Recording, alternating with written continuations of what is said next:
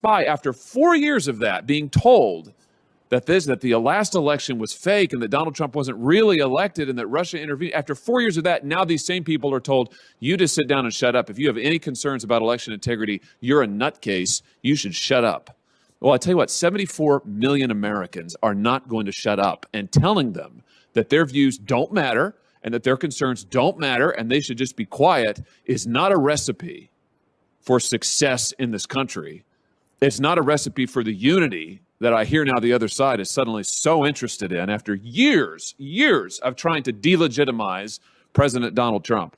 So suffice it to say, I'm not too keen on lectures about how Missourians and others who voted for President Trump and now have some concerns about fraud, about integrity, about compliance with the law should just be quiet and that they are somehow not patriotic if they raise these questions. I mean, it's absolutely unbelievable. Let me talk about the First Amendment. Judge Starr, I want to begin with you, because I know that you have spent much of your life as a litigator defending the First Amendment. Have you ever seen anything like we saw in the closing days of the election when you had the biggest corporations in the history of this country, the most powerful corporations in the world, Facebook, Twitter, working with the Democrat campaign to suppress legitimate reporting on Hunter Biden, who we now know is under federal investigation for criminal wire fraud, tax evasion, other things? Have you ever seen anything in your career like that, Judge Starr, where we have these giant